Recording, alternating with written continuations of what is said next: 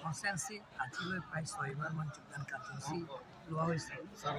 আজি বিশেষকৈ x Karbi student association কেন্দ্ৰীয় কমিটি তেওঁ যোগদান কৰিছে। লগতে APSLC আৰু কংগ্ৰেছ চব মিলি 1500 হাউচেছ মেম্বাৰ্ছ নহয়, ভোটাৰ্ছ নহয়, 1500 হাউচেছ পৰিয়ালে আজি কংগ্ৰেছ আৰু APSLC দলৰ পৰা ত্যাগ কৰি আমাৰ ভাৰতীয় জনতা পাৰ্টি যোগদান কৰিছে।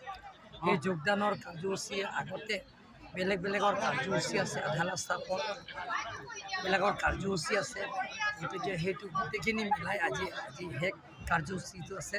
আজি কংগ্ৰেছ আৰু APSLC দলৰ পৰা ত্যাগ কৰি আমাৰ দলত যোগদান কৰে। ছাৰ, আজি কেইবাটাও কাৰ্যসূচীত আপুনি অংশগ্ৰহণ কৰিছে? হয়, তাতে আমাৰ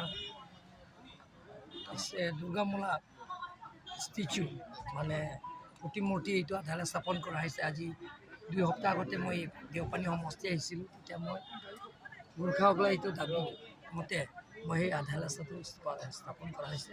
আৰু লগতে গেট আমাৰ ষ্টেডিয়ামৰ ইণ্টাৰ্ণ গেটো সেইটো আমি আজি আধাৰ স্থাপন কৰা হৈছে। লগতে আমাৰ নামঘৰ, সেই নামঘৰত আমাৰ কি নামঘৰ আছে, সেই নামঘৰটো খটখটীয়া নামঘৰ, সেই নামঘৰটো আসাম দৰ্শন জৰিয়তে তাত টকা দিয়া হৈছে।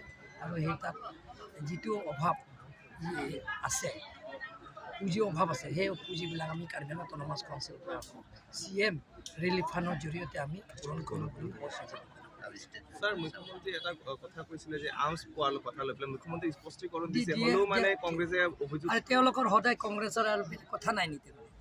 কংগ্ৰেছৰ বেলেগ কথা নাই, এইটো আমাৰ হাউচ গাৰ্ডৰ বন্দুকে। গতিকে তেওঁলোকৰ খালী মনোসজা কথা ক'লে ৰাজনীতিক ষড়যন্ত্ৰ, তেওঁলোকে একো নাই। আৰু কাৰ্বি আংলংটো এইটো কাৰণে মিছা কথা কোৱাৰ কাৰণে কাৰ্বি আংলঙে কংগ্ৰেছ শূন্য হৈছে। আপোনালোকে দেখা পাইছে নেকি? গৌৰৱ গগৈ 2বাৰমান ইয়াত আহিছে। তেওঁ সেই মিটিঙত 200মান আপোনালোকে দেখা পাইছে নেকি? আপোনালোকৰ ভিডিঅ' দেখাই দিছে।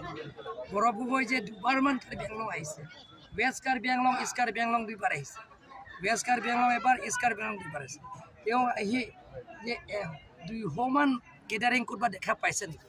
নিলিপ কনষ্টেঞ্চি আহিছে মাত্ৰ 17জন, মণ্ডল অফিচত গৈছে।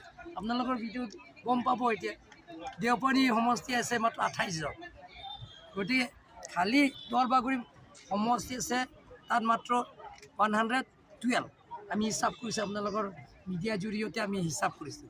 আৰু ডিফু পাৰ্টি অফিচৰ মিটিং আহিছে 151। গতিকে আজি কাৰ্বি আংলঙৰ ৰাইজে সহজ সৰল মানুহ, সকলো জাতি জনগোষ্ঠী ইয়াত বসবাস কৰে। কাৰ্বি আংলঙৰ মানুহে সহজ সৰল মানুহ, মিছা কথা বেছি ক'লে মানুহে ইয়াত বেয়া পায়। বেয়া পোৱাৰ কাৰণে আজি কংগ্ৰেছ শূন্য হৈছে। কালিৰ দিনটোত 5 তাৰিখ, কিয়নো কালিতো ৰংকেৰ আমাৰ যিটো পৰম্পৰা পৰা কাৰ্বিসকল মানি আহে, সেই পূজাটো যেতিয়া সূৰ্য আৰু চন্দ্ৰ যেতিয়া হৈছে, পৃথিৱীখন যেতিয়া হোৱা কাৰ্বিসকলৰ যিবিলাকৰ আৱিষ্কাৰ হোৱাৰ পৰা আমি যিটো মানি অহা পৰম্পৰা পৰা ধৰ্ম, সেইটো ৰংকেৰ হয়।